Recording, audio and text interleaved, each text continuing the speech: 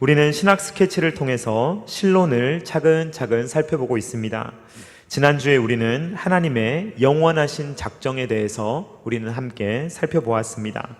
삼일체 하나님께서 창세 전에 우리를 위해서 놀라운 계획을 다 세우시고 그 영원하신 계획이 역사 속에서 차근차근 진행되고 있다라는 것을 살펴보았습니다. 에베소서 3장 11절 말씀 우리 한번 같이 읽도록 하겠습니다. 시작. 곧 영원부터 우리 주 그리스도 예수 안에서 예정하신 뜻대로 하신 것이라. 아멘. 지난주에 본문 말씀이었습니다.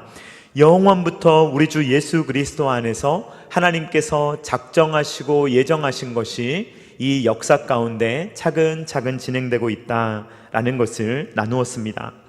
성경, 즉 계시의 말씀에 따르면 저와 여러분을 창조하신 것은 우연이 아닙니다. 저와 여러분은 우연의 산물이 아닙니다. 하나님께서 계획하시고 그 계획에 따라 저와 여러분들을 창조하셨다라고 말하는 것입니다. 그리고 하나님은 창조만 하고 무책임하게 저희를 버려두시는 분이 아닙니다.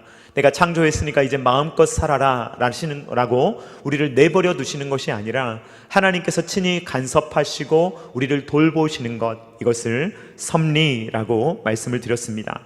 이 모든 것들은 우연이 아니라 하나님의 작정과 예정을 따른 것입니다. 하나님께서는 창세 전에 저와 여러분들을 선택하셨고 저와 여러분들의 이름을 생명책에 기록하신 줄로 믿습니다.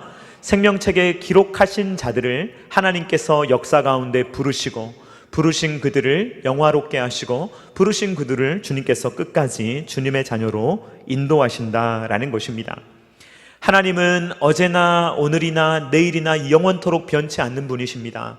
그렇기 때문에 하나님의 뜻, 하나님의 작정도 어제나 오늘이나 내일이나 영원토록 변치 않는 것입니다. 사도 바울은 성도님들이 이걸 보기를 원하는 거예요.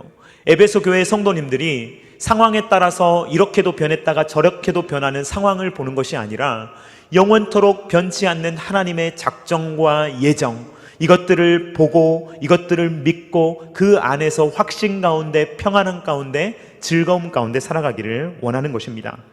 에베소서 1장 16절로 17절 말씀 우리 한번 같이 읽도록 하겠습니다. 시작.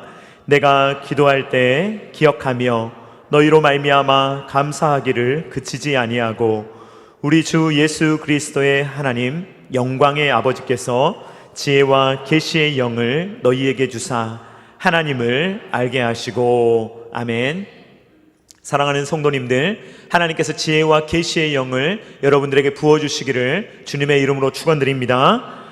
우리가 지혜와 계시의 영을 받아서 하나님을 알면요, 현상만 보는 것이 아닙니다. 이 세상에 나타나는 어떤 단조로운 현상만을 보는 것이 아니라 이 현상 너머에서 근본적으로 일하시는 하나님의 역사를 보게 되는 것입니다. 그렇기 때문에 하나님의 작정과 예정 가운데 모든 역사가 하나님의 컨트롤 아래 모든 것들이 진행되고 있다라는 것을 깨닫게 되면 어떤 성도님도 흔들리지 않는 것입니다. 나는 흔들리지만, 내 생각은 흔들리지만, 세상은 흔들리지만 이 세상 모든 것들을 지금 다스리고 통치하시는 분이 흔들리지 않는 하나님이시다 라는 것을 가질 수가 있는 것입니다.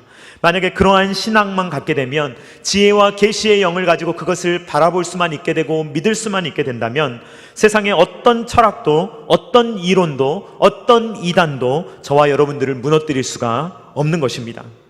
사탄은 하나님의 확실한 계시의 말씀으로 무장하고 있는 사람은 건드릴 수가 없습니다. 그 안에 성령 충만한 사람, 예수님을 주인으로 모신 사람, 그리고 하나님의 말씀으로 무장한 사람은 사탄이 털끝 하나 건드릴 수가 없는 것입니다. 성도님들 한 분 한 분이 이런 신앙을 갖는 것, 이런 신앙으로 평생을 살아가도록 돕는 것이 바로 목회의 목적입니다. 제가 목양을 하는 것은 바로 이것을 위해서 하는 것입니다. 여러분들이 이런 바른 분별력을 가지고 살아계신 참된 하나님을 성도님들 한 분 한 분이 알기 때문에 그 하나님과 그 개인적인 관계를 맺고 개인적인 확신을 가지고 공동체가 함께 살아가는 것, 이것이 바로 목회의 목적인 것입니다. 그러므로 조금 어려울 수도 있지만 저와 여러분이 함께 신학 스케치를 통해서 신학을 나누고 있는 것입니다. 저는 오늘 에베소서 본문을 통해서 지금 바울의 기도에 대해서 오늘 읽어보았습니다. 그런데 1장 전반부에는 어떤 내용이 나오느냐? 하나님의 영원하신 작정에 대해서 나오고 있습니다. 에베소서 1장을 쭉 읽어보면 어떤 흐름이냐? 하나님의 영원하신 작정과 바울의 기도가 동시에 등장한다라는 것입니다. 하나님의 작정 그리고 인간의 기도, 이것이 같은 본문 안에 같이 나타나고 있다라는 것입니다. 자, 여러분, 그러면 이 둘이 어울리냐는 것이죠. 하나님의 작정과 기도가 과연 어울리냐, 같이 갈 수 있는 것이냐라는 것입니다. 작정은 무엇이냐면 하나님께서 일방적으로 창세전에 모든 것들을 계획하셨다라는 것이 작정이에요. 기도는 무엇입니까? 사람이 하나님과 쌍방간에 이러한 교류를 하고 교통을 한다, 교제를 한다, 이것이 기도입니다. 그래서 우리는 이 작정과 기도에 대한 내용을 함께 살펴보고자 하는 것입니다. 그런데 먼저 이 내용을 다루기에 앞서서 기도를 어디에서 다루면 가장 좋을까라는 것을 먼저 한번 살펴보도록 하겠습니다. 여러분, 저와 여러분은 지금 신학 스케치를 통해서 신론을 살펴보고 있습니다. 조직신학이라는 것은 보통 7개의 주제를 나누는데 한번 살펴보도록 하겠습니다. 자, 신학교도 아닌데 왜 이런 걸 하냐 이럴 수도 있는데요. 한번 해보겠습니다. 우리 한번 같이 읽어보겠습니다. 시작. 서론, 신론, 인간론, 기독론, 구원론, 교회론, 종말론, 이렇게 신학의 분과들이 있습니다. 조직신학 안에 여러 신학의 분과 중에 조직신학이라는 것이 있는데 그 조직신학 안에서 저희는 지금 신론이라는 것을 살펴보고 있습니다. 자, 여러분, 이 7가지 주제들 중에서 기도를 다루기에 가장 적합한 곳은 어디일 것 같습니까? 기도를 어디서 다루면 좋을까라고 여러분들 한번 생각해 보시면 어느 곳이 가장 좋을 것 같습니까? 7개의 주제들 중에서 기도라는 신학을 다루어야 한다면 과연 어디에서 다루어야 할까? 자, 기도는 인간이 하는 것이니까 인간론에서 다룰 수 있다라고 생각할 수가 있습니다. 혹은 기도는 그리스도를 통해서만 할 수 있기 때문에 기독론에서 다룰 수 있다라고 생각할 수가 있습니다. 또 이 칼빈 같은 경우는 구원론의 문맥에서 다루거든요. 기도는 구원받은 사람만 할 수 있다. 그렇기 때문에 구원론의 문맥에서 다룰 수도 있습니다. 그런데 보통 조직신학은 이 기도를 많이 다루진 않는데요. 기도를 어디에서 주로 다루냐면 교회론에서 다룹니다. 그러면서 교회론에서 말씀과 기도는 은혜를 받는 방편이다, 수단이다 라는 것을 교회론에서 가르치곤 합니다. 그런데 여러분, 지금 우리는 어디를 하고 있다고요? 신론을 하고 있어요. 그러니까 지금 일반적인 방식은 아니에요. 일반적으로 많이 따르는 방식은 아닙니다. 그런데 왜 신론을 하면서 갑자기 인간이 하나님께 기도를 하는 건데 왜 갑자기 기도가 나올까라는 것에 대해서 2가지 의미를 설명을 드리도록 하겠습니다. 첫 번째로 신론에서 기도를 다루는 이유는요, 하나님의 작정하면요, 그럼 인간은 뭐야? 이게 생각이 들거든요. 도대체 인간은 하는 게 뭐야? 라는 생각이 들어요. 하나님이 다 정해 놓으셨다며 그러면 인간이 하는 역할은 뭐지? 라는 것이 부딪힐 수가 있습니다. 그렇기 때문에 하나님의 작정과 인간의 기도라는 것은 모순되는 것이 아니며 이것은 함께 간다라는 것을 설명하기 위해서 신론을 다룰 때 기도를 같이 다루는 것이 유익이 있습니다. 자, 2번째로 이 신론에서 기도를 다룬다는 것은 어떤 의미가 있느냐? 오늘 오전에 살펴보았듯이 하나님의 작정을 실행해 감에 있어서 누가 중요하다는 거예요? 저와 여러분이 중요한 역할을 한다는 것입니다. 여러분, 이것은 매우 놀라운 선언이에요. 하나님의 작정이 섭리로 나타날 때 하나님께서 무엇을 사용하신다고요? 저와 여러분의 기도를 사용하시는 줄로 믿습니다. 그렇다고요, 성경이. 여러분, 하나님께서 기도를 사용하십니다. 저와 여러분들의 기도를 사용하셔서 하나님의 작정을 이루신다고요. 그렇기 때문에 이 작정을 다룰 때 기도가 나오는 거예요. 왜냐하면 이 하나님께서 우리의 기도 없이는 하나님의 일을 하지 않겠다라고 하나님께서 정하신 거예요. 그래서 하나님의 일을 혼자서 하실 수 있지만 저와 여러분들을 이 일에 동참시키시고 우리가 함께 기도함으로 하나님의 사역을 감당할 수 있도록 하셨다라는 것입니다. 자, 그러면 우리는 지금 실론을 다루면서 기도를 다루고 있습니다. 자, 그러면 이 기도에 대해서 다룰 때 제가 오전에도 잠깐 말씀드렸지만 여러분들은 자, 왜 기도를 하십니까? 우리가 기도하면 하나님의 뜻이 바뀐다고 했습니까? 바뀌지 않는다고 했습니까? 네? 하나님의 뜻이 바뀝니까? 바뀌지 않습니까? 네. 자, 하나님의 보좌를 움직이는 기도, 이런 게요 1998년도 제가 98학번인데 그때 엄청 유행을 했었어요. 그래서 막 사람들마다 모이면 마치 비밀을 아는 것처럼, 야, 기도를 할 때는 하늘 보좌를 움직이는 교회를 해야 돼. 내가 원하는 대로 하나님께 막 기도하면 하나님이 뜻을 바꿔주셔. 그러니까 뜻을 막 하나님께 구하고 기도하면 하늘 보좌도 움직일 수 있다니까, 이러면서 기도를 많이 가르쳤어요. 그러나 이런 내용은 사실 틀린 내용입니다. 우리는 하나님의 보좌를 움직일 수가 없습니다. 어찌 사람이 하나님의 보좌를 마음대로 움직이겠습니까? 어찌 사람이 하나님의 뜻을 마음대로 바꾸겠습니까? 우리는 그렇게 할 수가 없습니다. 오전에도 잠깐 설명드렸지만 만약에 하나님께서 우리의 기도에 따라 왔다 갔다 하신다면 하나님은 전능하신 분도 아니요 전지하신 분도 아니시게 되는 것입니다. 그리고 어떻게 되냐면 결국 이신론과 그리고 열린 신론으로 가게 됩니다. 이신론, 하나님과 인간 사이는요 하나님이 창조만 하고 끝이라는 거예요. 섭리하지 않으신다는 거예요. 간섭하지 않으신다는 거예요. 인간이 어떻게 하느냐에 따라서 미래가 결정된다는 거예요. 인간이 A를 선택하면 A의 결과가 나오고 인간이 B를 선택하면 B의 결과가 나온다. 이것이 바로 열린 신론 그리고 이신론입니다. 자, 그래서 우리는 하나님은 뜻을 바꾸시는 분이 되실 수 없다라는 것을 성경을 통해서 알기 때문에, 그렇다면 나의 기도는 하나님의 뜻을 바꿀 수 없을 것이다 라는 생각을 자연스럽게 하게 될 것입니다. 자, 그런데 우리가 헷갈리는 것은 뭐냐면요, 성경을 읽다 보면 하나님이 뜻을 바꾸는 것처럼 보일 때가 있거든요. 하나님께서 A라고 말씀하셨다가 누가 기도를 하면 B로 바꾸신다는 말이죠. 그러면 이것은 하나님이 뜻을 바꾸신다는 거야? 안 바꾸신다는 거야? 이런 이제 헷갈림이 우리에게 오게 됩니다. 자, 예를 들면 이런 경우입니다. 하나님께서 이스라엘 백성들을 진멸하려고 하셨습니다. 그런데 모세가 기도하니까 하나님께서 이스라엘을 진멸하지 않으십니다. 출애굽기 32장 10절 말씀 같이 읽도록 하겠습니다. 시작. 그런즉 내가 하는 대로 두라. 내가 그들에게 진노하여 그들을 진멸하고 너를 큰 나라가 되게 하리라. 자, 하나님의 뜻은 무엇처럼 보입니까? 이스라엘 백성들을 다 진멸해 버리는 것. 지금 그 금송아지 만들었을 때거든요. 그래서 이들을 다 진멸해 버리는 것이 하나님의 뜻인 것처럼 보입니다. 이럴 때 모세는 하나님의 용서를 구합니다. 하나님 용서해 주세요 라고 기도하면서 이스라엘을 만약에 용서해 주지 않으실 바에야 차라리 자기의 이름을 생명책에서 지워달라고 하나님 앞에 기도하며 중보자적인 기도, 하나님과 사람들 사이에 딱 버티고 서가지고 중보자적인 기도를 하는 이러한 모세의 모습을 우리는 보게 됩니다. 그러니까 어떻게 합니까? 하나님께서는 모세의 기도를 들으시고 이스라엘 백성들을 용서해 주십니다. 출애굽기 32장 14절 말씀 같이 읽도록 하겠습니다. 시작. 여호와께서 뜻을 돌이키사 말씀하신 화를 그 백성에게 내리지 아니하시니라. 아멘. 이런 표현이 우리를 헷갈리게 해요.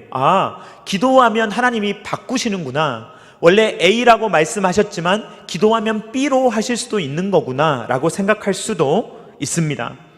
자, 성경에는 오류가 없다고 했는데 지금 신학에서 가르칠 때는 하나님은 변치 않으신다 라고 가르쳐 놓고 성경을 보니까 하나님은 마음을 바꾸시는데, 뜻을 돌이키시는데 라고 우리가 생각할 수가 있습니다.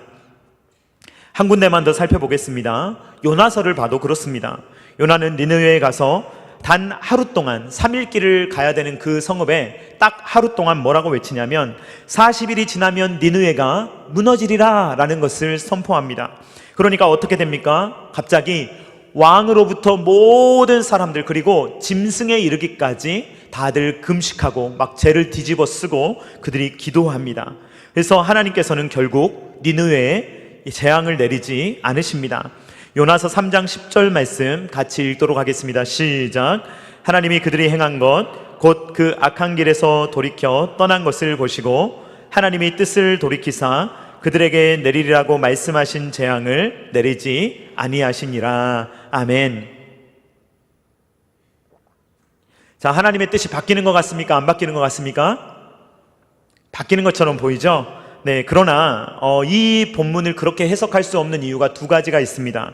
첫 번째는 뭐냐면 번역의 문제입니다. 일단 뜻을 돌이키다 라고 번역된 단어가 모두 나함이라는 단어인데, 이 단어의 원뜻은 뜻을 돌이켰다기보다는 이 원뜻은 어떤 뜻이냐면 슬픔을 느끼다, 불쌍히 여기다 라는 뜻입니다. 그러니까 이것을 원문에 살려서 좀 더 해석을 해보자면 하나님이 그들을 불쌍히 여겨서 그들에게 내리려고 하신 재앙을 내리지 않으셨다라고 해석할 수가 있는 것입니다. 그래서 이 뜻을 완전히 고쳤다, 바꿨다라는 뜻보다는 불쌍히 여겼다라는 뜻이 강한데, 왜 이 번역을 이렇게 다 번역하셨는지 이제 개인적으로는 잘 모르겠습니다. 그런데 이 번역 때문에 우리가 하나님의 뜻을 자꾸 바꿨다라고 오해할 수가 있는 것입니다. 모세의 경우도 그렇고 요나의 경우도 그렇고 하나님께서 그 사람들을 보시고 불쌍히 여기는 마음으로 하나님께서 그들을 멸하지 않으셨다라고 해석하는 것이 좀 더 올바른 해석입니다. 그리고 우리가 생각해야 될 건 뭐냐면요, 여러분, 하나님의 작정은 처음부터 멸망시키는 것이었을까요? 멸망시키지 않는 것이었을까요? 멸망시키지 않는 것이겠죠. 생각해 보세요.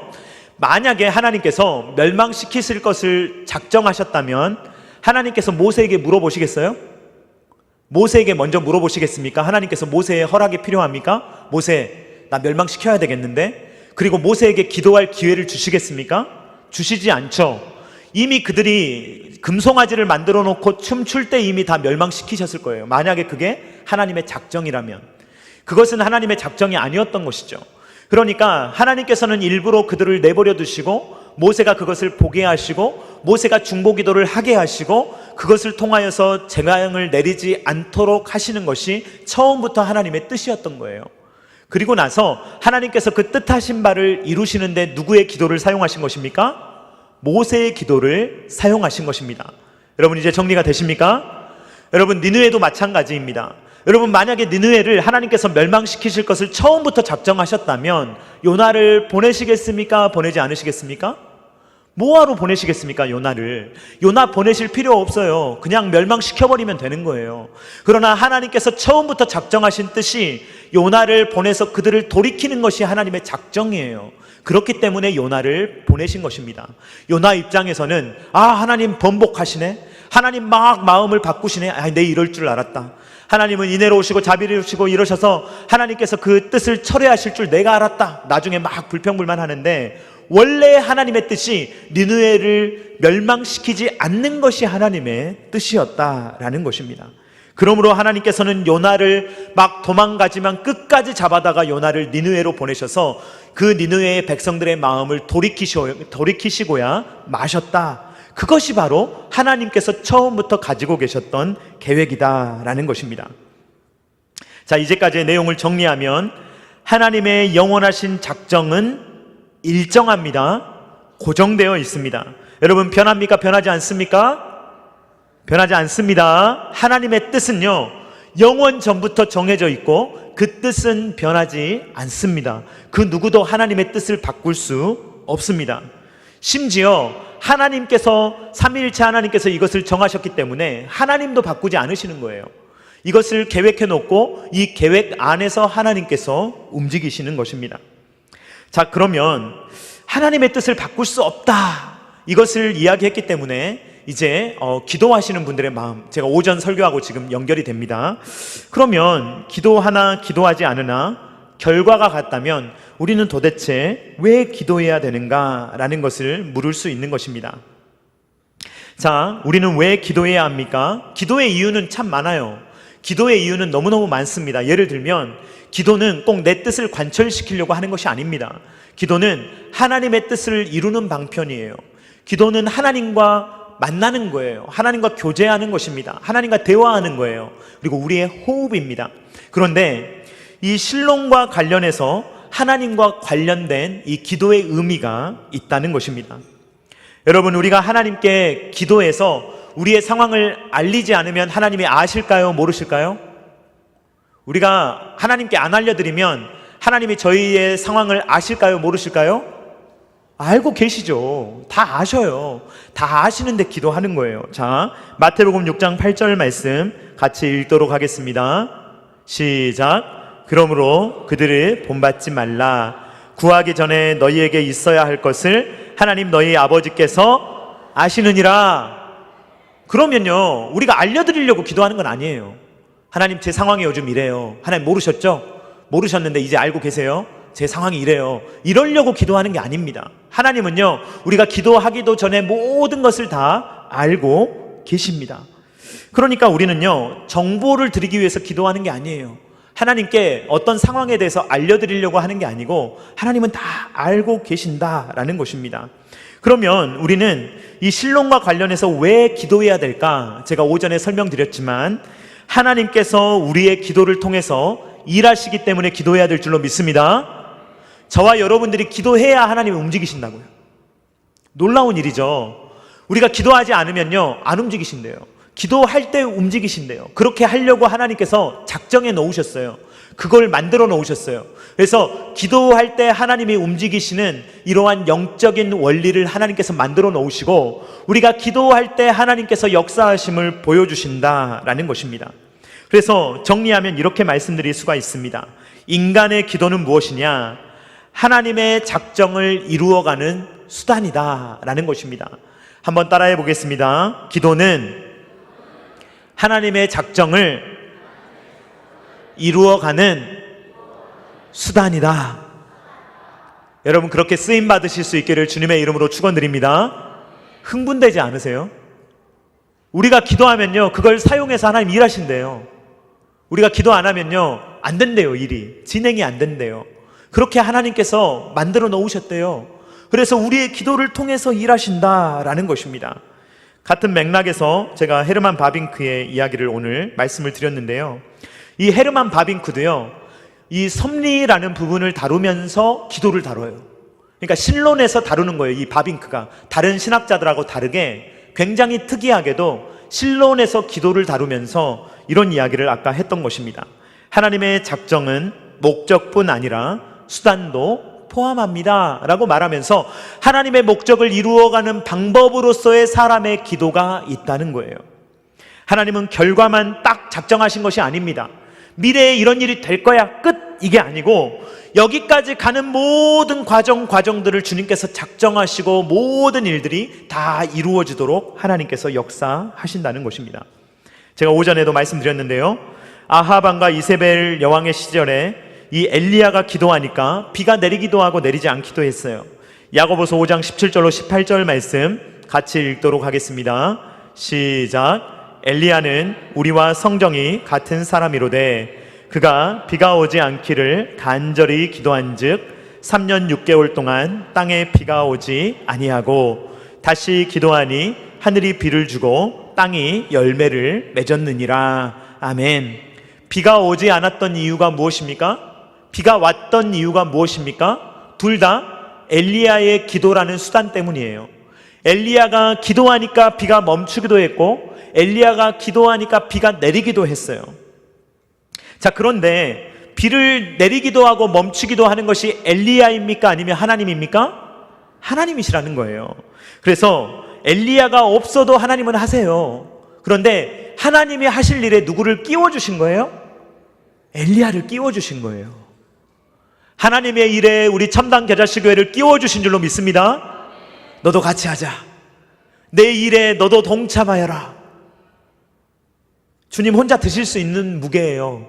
그런데요, 이렇게 같이 들자 하시는 거예요. 그래서 너도 들었다, 너 잘했다 라고 주님이 말씀해 주시는 것입니다. 이 엘리야라는 사람이 특별해서가 아닙니다. 이 엘리야만 놀라운 능력을 가진 것이 아닙니다. 하나님께서 엘리야를 위대하게 사용하신 거예요. 그러니까 엘리야가 이렇게 위대한 일에 쓰임받을 수 있었다라는 것입니다. 이것이 바로 하나님의 작정과 인간의 기도 사이의 연결점입니다. 기도를 통해서 하나님의 작정에 참여할 수 있다. 또 우리의 복음 사역을 통해서 하나님의 일하심에 참여할 수 있다라는 거예요. 우리가 전도 안 해도 하나님은 하십니다. 그러나 우리의 전도를 통해서 일하신다는 거예요. 우리 교회가 사역 안 해도요, 하나님은 하나님의 일을 다 하실 수 있어요. 그러나 하나님께서 저와 여러분을 동참시켜서 사용하신다는 것입니다. 헤르만 바빙크의 글을 통해서 한번 정리해 보도록 하겠습니다. 우리 한번 바빙크의 글을 한번 읽어보도록 하겠습니다. 시작. 우리의 기도는 하나님의 작정을 무효화하거나 변경하는 것이 아니라 하나님의 작정이 이루어지게 하기 위해 그 작정 속에 포함되어 있는 수단 중 하나다. 그러므로 우리는 우리의 기도를 가지고 하나님의 계획 속으로 침입하는 것이 아니라 하나님이 우리를 감동하여 기도하게 함으로 우리가 기도하는 것이다. 한 번에 딱 와닿지 않을 수도 있는데요, 제가 설명했던 내용이에요. 그러니까 우리는요, 기도를 통해서 하나님의 뜻을 막 변화시키고 그 다음에 보좌를 막 흔들어가지고 하나님 그 길이 아니라니까요, 이런 거는 우리의 일이 아니에요. 우리가 할 수 없는 일입니다. 그러나 하나님께서 오히려 우리를 주님의 길로 인도하시면서 하나님이 원하시는 기도를 하도록 주님께서 우리를 이끌어 가시고 설득하시고 변화시켜 가신다라는 것입니다. 그래서 우리의 기도는 결국 하나님의 작정을 이루는 수단으로 사용되는 거예요. 결국 우리의 입술을 통해서 주님의 뜻이 이루어지다라는 그러한 고백을 하나님께서 받아내시는 것입니다. 오늘 오전 설교와 오후 설교가 지금 같은 맥락을 가지고 있습니다. 예수님께서 5번째 인을 떼시니까 누가 등장합니까? 순교자들과 그들의 기도가 등장합니다. 요한계시록 6장 9절로 10절 말씀 같이 읽도록 하겠습니다. 시작. 5째 인을 떼실 때 내가 보니 하나님의 말씀과 그들이 가진 증거로 말미암아 죽임을 당한 영혼들이 제단 아래에 있어 큰 소리로 불러 이르되 거룩하고 참되신 대주제여, 땅에 거하는 자들을 심판하여 우리 피를 갚아주지 아니하시기를 어느 때까지 하시려 하나이까 하니. 이 하늘 성전 제단에 순교자들이 있는데 이들의 순교를 통해서 하나님의 역사가 이루어진다는 거예요. 이들의 기도를 통해서 하나님의 역사가 이루어진다라는 것입니다. 이렇게 하나님의 일에 있어서 하나님의 일이 이루어질 수밖에 없는 일에 사람들을 하나님께서 끼워주시는 거예요. 그래서 너도 하나님의 일을 했다, 너도 하나님의 일을 했다, 하나님 나라에 너도 동참했다 라고 하시면서 그 하나님의 그 100%의 공로를 저와 여러분들에게 나누어 주시는 거예요. 너도 나의 기쁨에 참여하라 라는 것이 하나님의 초청입니다. 하나님께서 이 모든 일들을 하실 때 저와 여러분들을 참여시켜 주시는 것입니다. 우리가 도움이 돼서가 아니고 능력이 있어서가 아닙니다. 하나님께서 참여시켜 주시는 은혜를 베풀어 주시는 것입니다. 우리 옆에 계시는 분들과 이렇게 인사해 보도록 하겠습니다. 우리의 기도에는 능력이 있습니다. 한 번 더 인사하겠습니다. 기도로 하나님의 작정에 참여합시다. 우리의 기도에는 능력이 있는 줄로 믿습니다. 우리의 기도는요, 사실 아무것도 아니죠. 인간의 말이니까. 그런데요, 하나님의 일에 우리의 기도를 쓰신대요. 그러면요, 하나님의 일을 하는 도구가 되는 거예요. 그것이 바로 기도의 능력입니다. 찰스 핫지라는 신학자가 이런 이야기를 했습니다. 우리 한번 같이 읽어보도록 하겠습니다. 시작. 하나님께서는 방편을 사용하지 않고서는 자기의 목적들을 이루지 않기로 작정하셨다.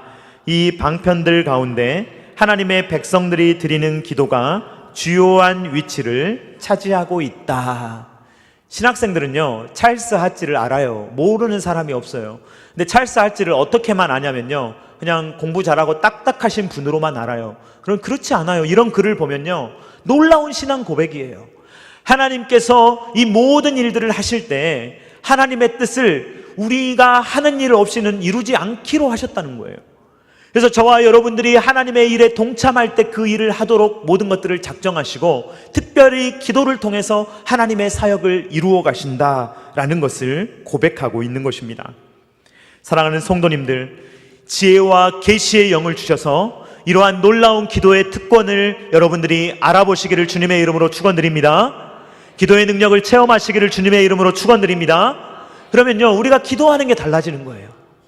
우리가 기도하는 것은요, 그냥 맥없이 앉아있는 것이 아닙니다. 아무것도 하지 않고 그냥 푹썩 앉아서 그냥 어떤 생각이나 가지는 것이 아니에요. 그 기도를 통해서 하나님의 놀라운 사역에 우리가 직접 동참하고 있는 것입니다. 하나님의 작정이 이루어지는 일에 우리도 함께 하나님의 손을 붙잡고 하나님이 들고 계시는 그 어떤 것을 우리가 함께 들고 있는 그러한 형상의 모습이 되는 것입니다. 그러므로 기도는 특권입니다. 그러므로 기도는 사명입니다. 우리가 할 수 있는 사역인 것입니다. 하나님께서 우리의 기도를 통해서 일하신다는 것을 기억하시기 바랍니다. 그리고 기도를 통해서 하나님의 작정을 이루어 가시는 저와 사랑하는 성도님들 다 되실 수 있기를 주님의 이름으로 축원드립니다. 그래서 기도를 통해서 우리가 원하는 것을 아를 때도 있지만 무엇보다도 하나님, 저의 기도를 통해서 하나님의 뜻이 이루어지게 하여 주시옵소서. 하나님의 작정을 이루는 일에 제가 쓰임받을 수 있도록 우리의 기도를 사용하시고 우리 첨단 계자식교회를 사용해 주시옵소서 라고 고백하며 살아갈 수 있는 저와 사랑하는 성도님들 다 되실 수 있기를 주님의 이름으로 축원드립니다. 우리 다 같이 찬양하도록 하겠습니다. 나의 기도하는 것보다 더욱 응답하실 하나님, 우리 같이 찬양하도록 하겠습니다.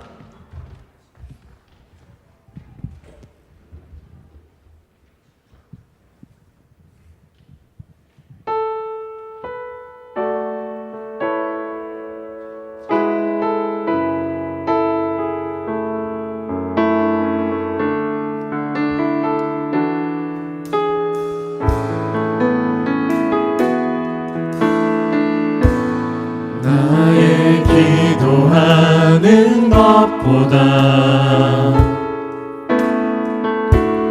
더욱 응답하실 하나님, 나의 생각하는 것보다 더욱 이루시는 하나님,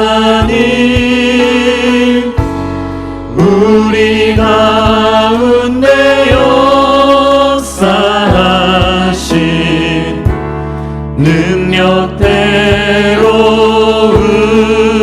우리들의 간구함을 넘치도록 능히 하실 주님께 모든 영광과 존귀 찬양과 경배를 돌릴지어다.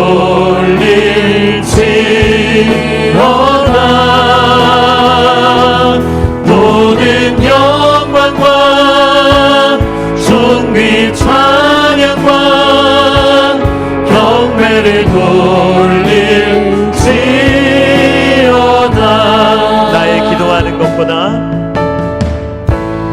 나의 기도하는 것보다 더욱 응답하실 하나님, 나의 생각하는 것보다 더욱 이루시는 하나님, 우리 가운데 역사하신 능력대로 우리들의 간구함을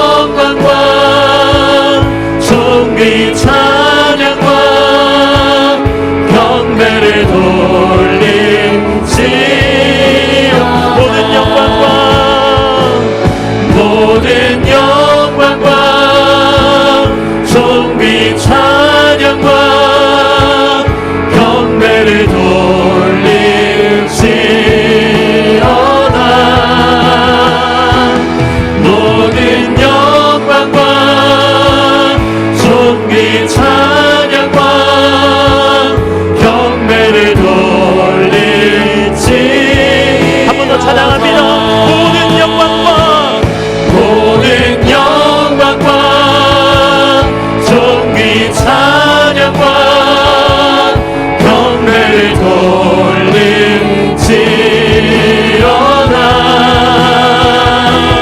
모든 영광과 존귀 찬양과 경배를 돌릴지어다.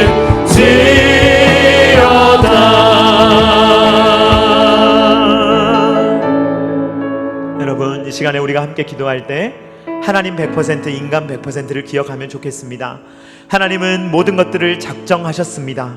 그러므로 하나님의 계획은 반드시 이루어질 줄로 믿습니다. 어떤 것도 하나님의 계획을 어그러뜨릴 수가 없습니다. 하나님의 계획은 반드시 이루어집니다. 그러나 누구를 통해서 일하십니까? 저와 여러분을 통해 일하십니다. 교회를 통해 일하십니다. 우리의 사역을 통해 일하십니다. 기도를 통해 일하십니다. 하나님의 일하심에 우리를 참여시켜 주십니다. 우리가 주님의 일하심에 아름답게 쓰임받을 수 있도록 주님 도와달라고 지혜와 계시의 영을 주사 하나님을 보며 살아갈 수 있도록 주님 도와달라고 다 같이 주여 한번 외치고 기도하겠습니다. 주여 존귀 찬양과 경배를 돌릴지어다.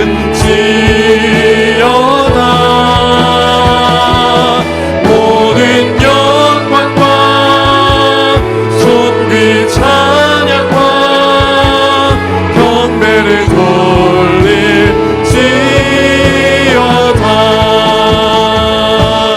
모든 영광과 존귀 찬양과 경배를 돌릴지어다.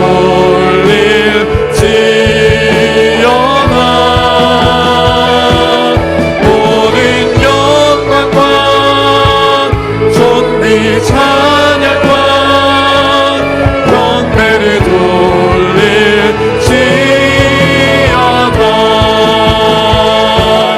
모든 영광과 존귀 찬양과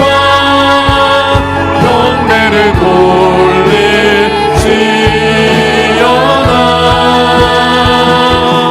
모든 영광과 존귀 찬양과 경배를 돌릴지어다.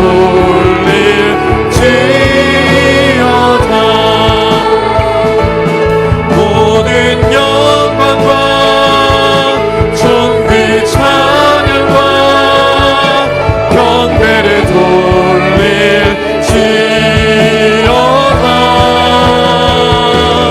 모든 영광과 존귀 찬양과 경배를 돌릴지어다.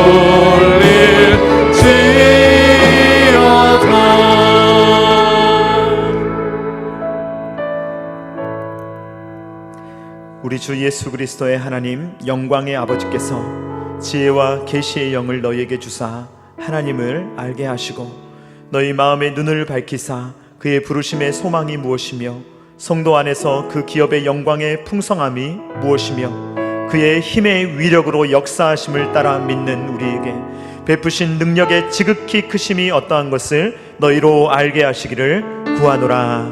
아멘. 사랑이 많으신 주님, 감사를 드립니다. 우리의 눈을 여시사 하나님을 알게 하시고 보게 하시고 믿음을 갖게 하시며 예배하는 삶을 살아가게 하시니 감사를 드립니다.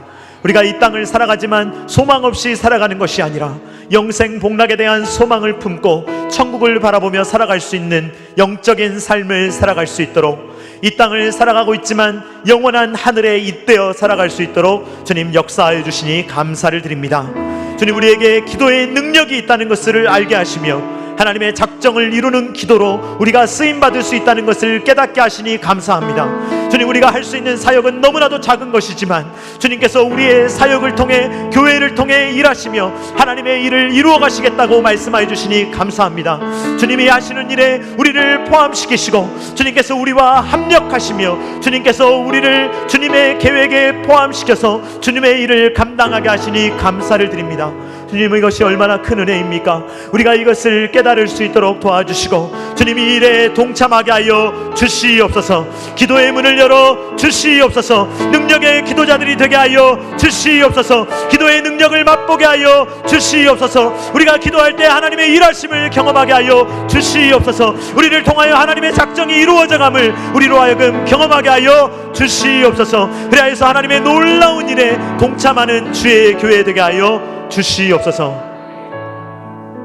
이제는 우리 구주 예수 그리스도의 십자가의 무한하신 은혜와 독생자 아들을 아낌없이 내어주신 성부 하나님의 사랑하심과 성령 하나님의 감동, 감화, 역사, 교통하심이 하나님의 작정을 이루어가는데 주님께서 우리를 사용하실 것을 작정하시고 우리의 모든 삶과 사역과 눈물과 기도와 또 삶의 모든 영역들을 주님 사용하셔서 주님의 뜻을 이루시는 일에 사용하신다는 것을 깨달으며 더 무릎으로 간절하게 기도하며 하나님의 뜻을 구하며 쓰임받기를 원하며 살아가는 사랑하는 모든 주의 자녀들의 머리 위에와 각 가정과 주님께서 피로 값주고 사신 첨단 계라시 교회 위에와 조국과 세계 열방 가운데 이제로부터 영원토록 함께 있기를 간절히 축원하옵나이다. 아멘.